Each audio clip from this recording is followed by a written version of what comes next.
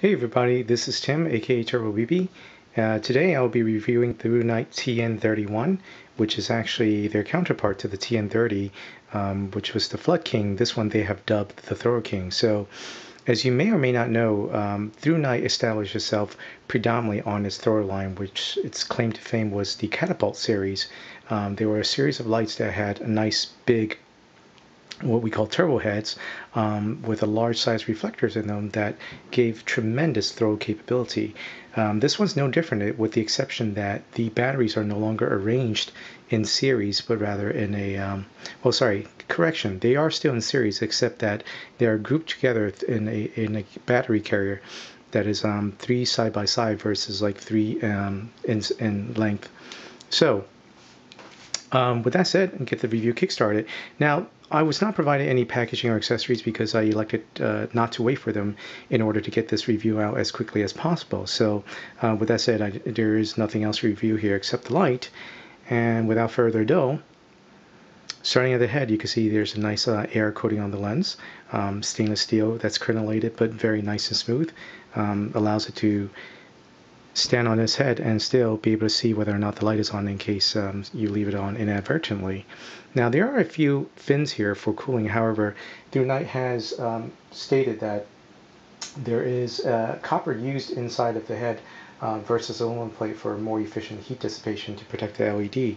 Now with that said, we get to the control ring, which is just about identical to the TN30 in that there are 6 levels of output going counterclockwise this way, standby mode, and then finally, 6 levels of output going this way, a standby mode, and then finally a strobe one-click clockwise. Now, as you will hear, this has a nice detent on each level, as well as mode.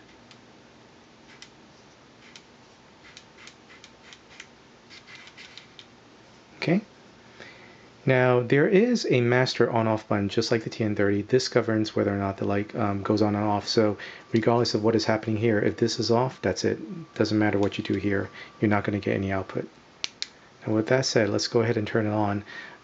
Again, I'm going to need an object to help the autofocus keep track. So I'm just grab my Casio watch there. Okay. And then shine the beam just below that. So now this is strobe first. As you can see, it's a variable rate strobe. Standby, then the highest output, level 6, level 5, 4, 3, 2, 1. So now at the lowest level, as with the TN30, it's actually low enough that you can actually look into it straight without really hurting your eyes. Look at that massive deep reflector. That's simply amazing. I have not actually measured the lux at 1 meter yet, which I will get to in the main part of the review, but for now, like I said, this is just a quick video walkthrough to demo the light to you. Just absolutely nice and smooth. I mean, there is some minor dust in there, but now with that said, I'm actually going to shut off the light. So actually, let me just grip it here. So this is a massive light. This is a large head, but not too unwieldy in the hands, although, like I said, I have medium-sized hands, not particularly large, and I find it still manageable. All right. Now, as with the TN30, there is a recess here to allow you to have a nice positioning for your thumb so that way you can access the button. For me, this edge is just slightly sharp, so again, it may bother some people. I suppose, again, if you have larger hands, it may not bother you. So with that said, I'm going to go ahead, remove the tube, take a quick peek underneath the head, just like the TN30.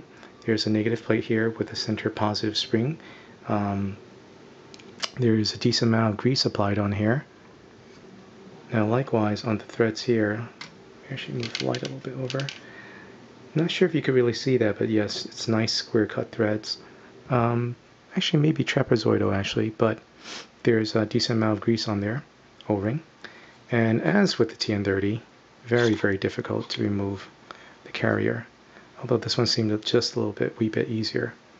Now, the carrier has a built-in redundancy in the way that it routes the electrical path. So this outer plate here carries the negative path, and that center tip there carries the positive. And that is repeated on this side as well, so you could stick it in either way without worrying about the polarity. However, though, you still do have to worry about the correct polarity for the batteries in the carrier. Now, I purposely chose a XR18700 battery to demonstrate to you that there is sufficient space to accommodate it, as well as perhaps maybe about 1 or 2 more millimeters here to accommodate in case perhaps an even longer battery. These rein in at 69.3 millimeters, so they are already fairly long batteries. Now with that said, again, you will notice that I have reversed the battery such that the labels are inside so that it doesn't catch on the rim here as I'm inserting it. Now paring down the tube, it's just about identical to the TN30. You can see there's actually 2 springs in there, a center positive spring and a outer larger spring for the negative path. Okay, fairly robust. Overall fit and finish, quite outstanding. Laser cut engraving, very nice and sharp. It's got the serial number there. Texture actually provides decent amount of grip. No sharp edges in these flutings right here, these channels. Company name and their slogan, guiding you through the night. No rough edges. There are 2 holes here, I presume obviously for the lanyard, but again, like I said, I wasn't supplied with the accessories, so, but I will go on the assumption that it will be provided with the light. Okay, get that back in here.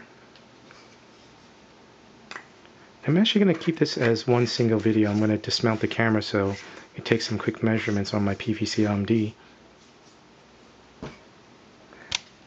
As I typically explain in my videos, the way that I go about this, actually let me just go ahead and clear out some space here so I can move the camera over.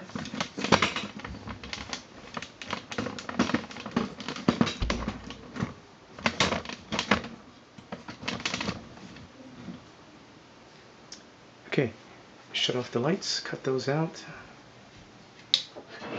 Now, before I start with the calibration, I usually use my Xeno G10 V2. The reason for that is it's perfectly immediately runs in full regulation on medium mode. So currently the meter is set in the 4K range. I actually got to reset that back down to 400. All right. And for the most part, it's been reading fairly accurately in this range. It should be 180 lumens. I've actually erred on the side of being conservative, and that will read about 167. Actually, let me bump that up a little so you can see. Okay. So now, go ahead and plop the TN31. And need to bump this up to the 4K range since the max output on this guy is over 1000 lumens.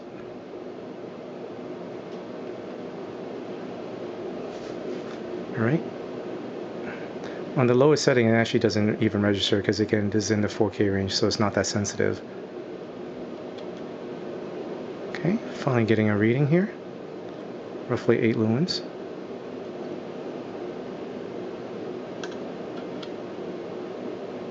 That's about 200,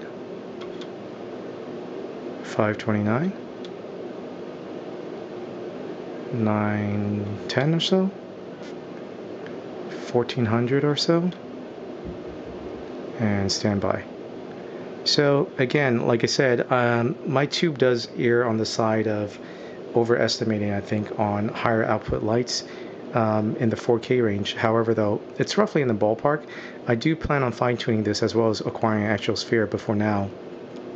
What ThruNite has listed as their claims of roughly 1100 lumens does seem plausible. So, and that concludes the review.